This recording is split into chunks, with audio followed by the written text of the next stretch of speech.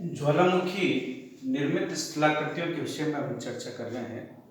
पूर्व व्याख्यान में हमने देखा ज्वालामुखी से तात्पर्य उस छिद्र या दरार से है जिससे भूगर्भ से तप्त लावा गैसें जलवाष्प धरातल पर प्रकट होती है, उसे ज्वालामुखी का नाम देते हैं। और ज्वालामुखी क्रिया से तात्पर्य ज्वालामुखी निर्माण से लेकर धरातल पर लावा के प्रकट होने तक की जो संपूर्ण प्रक्रिया है वो ज्वालामुखी क्रिया कहलाती है। और वो छिद्र या दरार जिससे ऊपर लावा गैसें और वाष्प धरातल पर बाहर निकलती है उसे जो है ज्वालामुखी कहते हैं। ज्वालामुखी क्रिया के द्वारा धरातल पर दो प्रकार की स्थलाकृतियों का निर्माण होता है। पहली है आंतरिक स्थलाकृतियां और द्वितीय है बाह्य स्थलाकृतियां।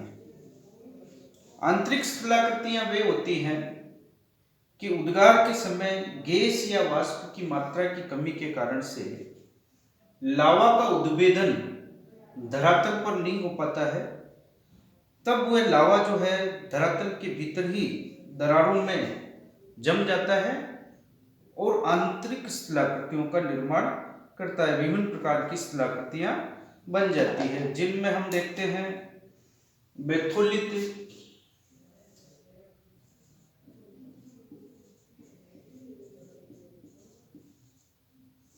लेकोलित,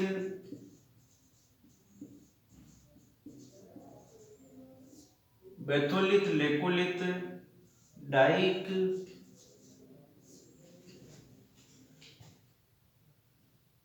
लोकोलित,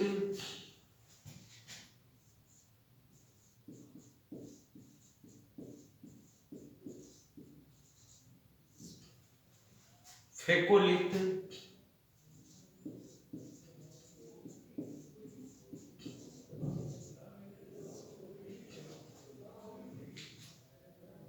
सिल शीट,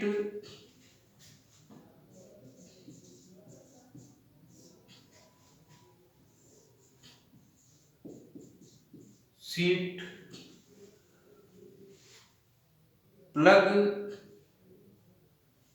स्टॉक,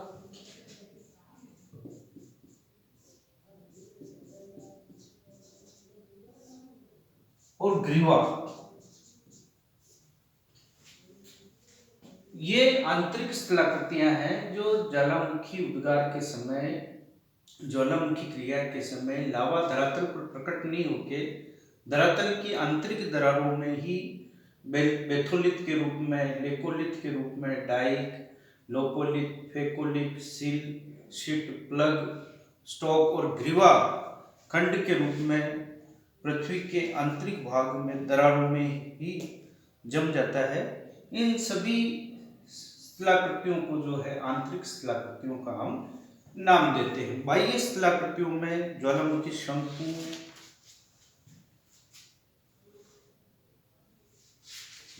शंकु, क्रेटर, कोल्डेरा।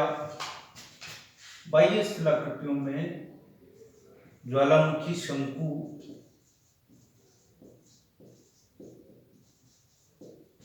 क्रेटर, कोल्डेरा, ज्वालामुखी पठार,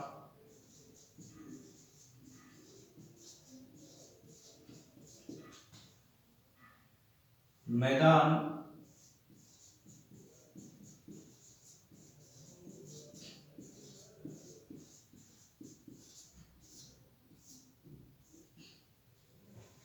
ज्वालामुखी मैदान,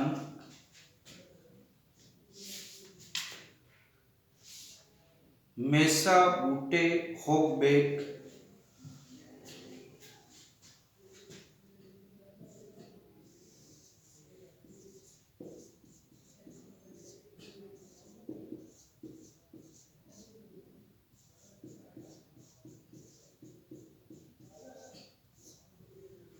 आदि स्थलाकृतियों का निर्माण जो है बाह्य स्थलाकृतियों के रूप में ज्वालामुखी क्रिया के द्वारा होता है।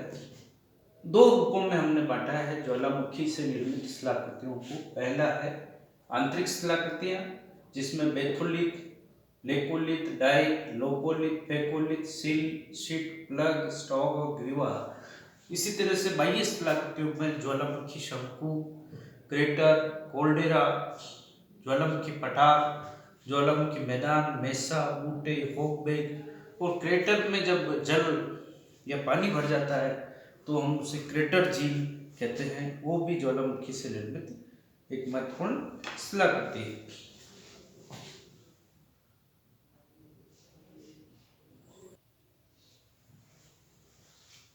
ज्वालामुखी क्रिया के द्वारा निर्मित बाह्य स्थलाकृतियों में ज्वालामुखी शंकु का महत्वपूर्ण स्थान है।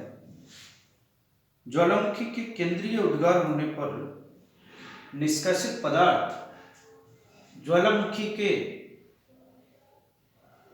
जो नली है, ज्वालामुखी का जो मुख है, उसके दोनों ओर जो है शंकु के आकार में जमा होने लगते हैं और ये जमा होकर जो है एक धरातल पर शंकुआकार आकृति का निर्माण कर लेते हैं। इस पूरी आकृति को जो शंकु के आकार की है, जिसे ज्वालामुखी शंकु का नाम हम देते हैं। ये जो टीला है बाद में धीरे धीरे जाकर कठोर हो जाता है, ठोस हो जाता है। ज्वालामुखी शंकु के प्रकार के बारे में हम बात करें तो लावा शंकु इसका एक प्रकार है। लावा से निर्मित होता है। लावा के जमाव के कारण से जब लावा धरातल पर बाहर प्रकट होता है तो उसके जमने के कारण से लावा शंकु का निर्माण होता है। इसमें सिलिका की मात्रा के आधार पर इसको पुनः अम्लीय लावा शंकु और क्षारीय लावा शंकु दो भागों में विभक्त किया गया है। अम्लीय लावा शंकु में जो है सिलिका तत्व अधिक पाया जाता है, उसके कारण से लावा गाढ़ा और चिपचिपा होता है और गाढ़ा और चिपचिपा होने के कारण से जब उद्गार होता है तो ये लावा तुरंत जम जाता है और अधिक दूरी तक नहीं फैल पाता है। इसके कारण से इस तरह के जो अम्लीय लावा शंकु वाले जो ज्वालामुखी हैं उनमें जो शंकु का निर्माण है उसका ढाल तीव्र होता है और गुम्बद के आकार की आकृति ले लेता है। जैसे रियून द्वीपों में ऐसे ज्वालामुखी अम्लीय लावा शंकु के दिखाई देते हैं। दूसरा जो लावा शंकु है वो क्षारीय लावा शंकु, जिसमें सिलिका की मात्रा अम्लीय लावा शंकु के वनस्पत कम होती है। इस सिलिका की मात्रा की कमी के कारण से लावा तरल अवस्था में होता है, वो अधिक दूर तक फैल जाता है। इसके कारण से जो शंकु बनता है उसे शील्ड ज्वालामुखी शंकु का नाम भी देते हैं। हवाई द्वीप पर इस तरह के क्षारीय लावा शंकु में दिखाई देते हैं। सिंडर शंकु, जिसे राख शंकु भी कहते हैं, ज्वालामुखी से निकलने वाली राख के जमने से धीरे धीरे इस तरह के शंकु का निर्माण होता है। राख असंगठित होती है, खंडित होती है और गैस के उद्गार के साथ साथ वो बाहर निकलती है। धीरे धीरे जमने से जो है वो उसका सिंडर शंकु का निर्माण होता है। सिंडर, इस तरह का सिंडर शंकु जो है अवतल रूप ले लेता है। मैक्सिको का जोरुल्लो, सान सल्वाडोर का माउंट हिजाल्को इसी तरह के सिंडर शंकु हैं। मिश्रित शंकु वे शंकु है जिनमें लावा, राख और खंडित पदार्थ विभिन्न रूप से जम जाते हैं और शंकु के पार्श्व पर लावा के उद्गार होते रहने से शंकु की ऊंचाई भी बढ़ती रहती है। इसलिए इन मिश्रित शंकु जो ज्वालामुखी शंकु है उनको परतदार शंकु का नाम भी देते हैं। एक के बाद एक परत जो है इन पे जमती रहती है। जापान का फ्यूजियामा, संयुक्त राज्य अमेरिका की सस्ता और रेंडियर ज्वालामुखी शंकु जो है इसी प्रकार के। परिपोषित शंकु जो है पहले से निर्मित मुख्य ज्वालामुखी शंकु पर ही एक छोटे ज्वालामुखी शंकु का निर्माण हो जाता है, जो मुख्य नली से जुड़े हुए सहायक नली के सहारे इस तरह से जो है जमाव हो जाता है। मुख्य ज्वालामुखी शंकु और उसके सहारे एक छोटे ज्वालामुखी शंकु का निर्माण हुआ, जिसे परिपोषित ज्वालामुखी शंकु का नाम हम देते हैं परिपोषित ज्वालामुखी शंकु।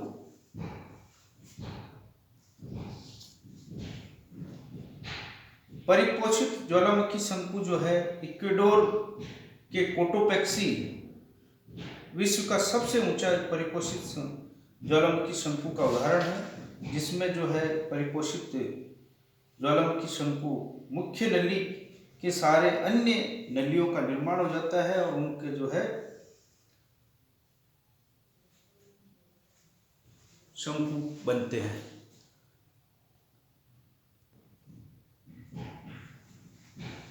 ज्वालामुखी निर्मित स्थलाकृतियों में एक महत्वपूर्ण स्थलाकृति है क्रेटर एवं काल्डेरा। ज्वालामुखी का मुख्य को क्रेटर या ज्वालामुखी मुख के नाम से पुकारा जाता है। यह प्राय कीप के आकार का होता है।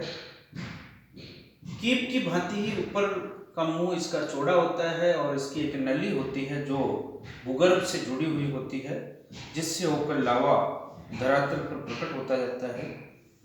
शंकु के विस्तार के साथ साथ क्रेटर का भी विस्तार होता जाता है। ज्वालामुखी का जो क्रेटर है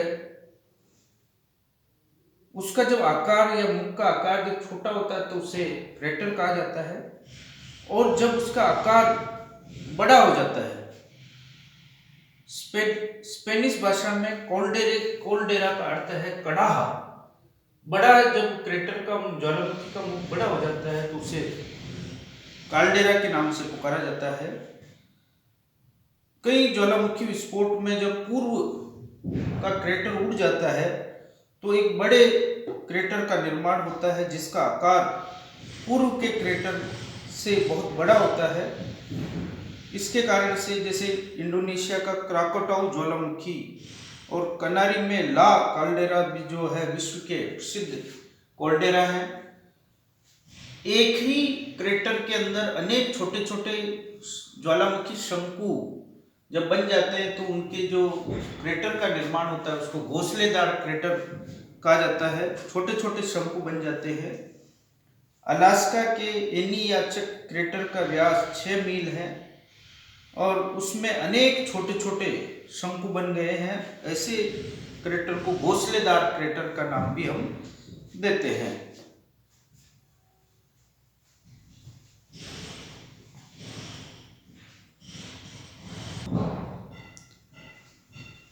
ज्वालामुखी निर्मित स्थलाकृतियों में एक महत्वपूर्ण स्थलाकृति लावा से निर्मित पठार।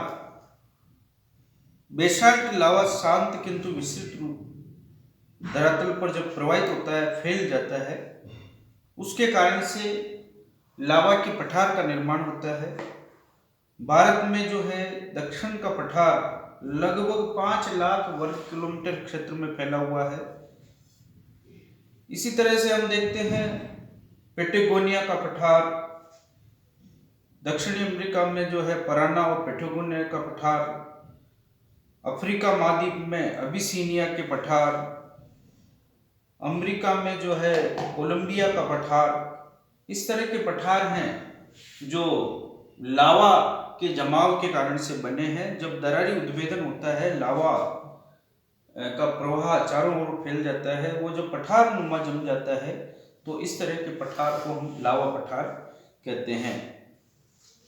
मेसा भी एक ऐसी स्थलाकृति है जिसका निर्माण ज्वालामुखी क्रिया के द्वारा होता है। स्पेनिश भाषा में मेसा का अर्थ होता है सपाट मेज। ये आकृति सपाट मेज जैसी चौरस होती है जो अपने निकटवर्ती भाग से काफी ऊंची होती है। इसका निर्माण लावा के दरारी उद्गार द्वारा होता है।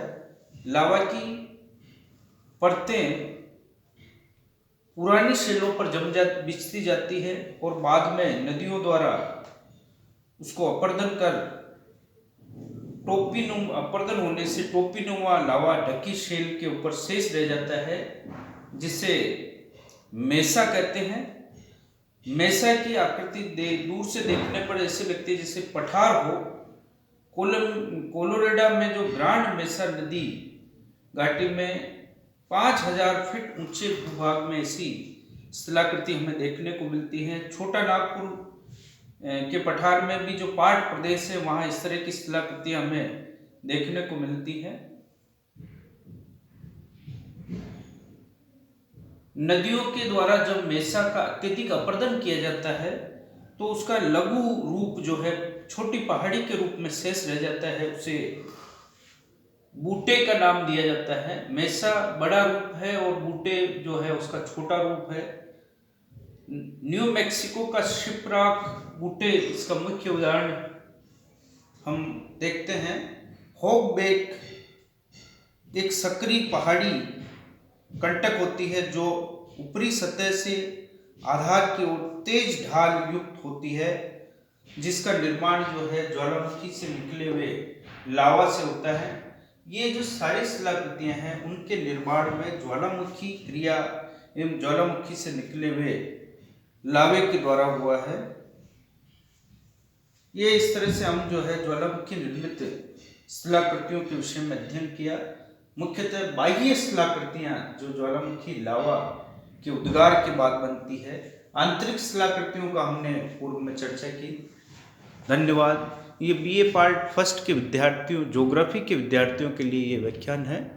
सभी इसको देखें और चैनल को सब्सक्राइब करें ताकि आगे से आगे आपको नए वीडियो प्राप्त होते रहे। धन्यवाद।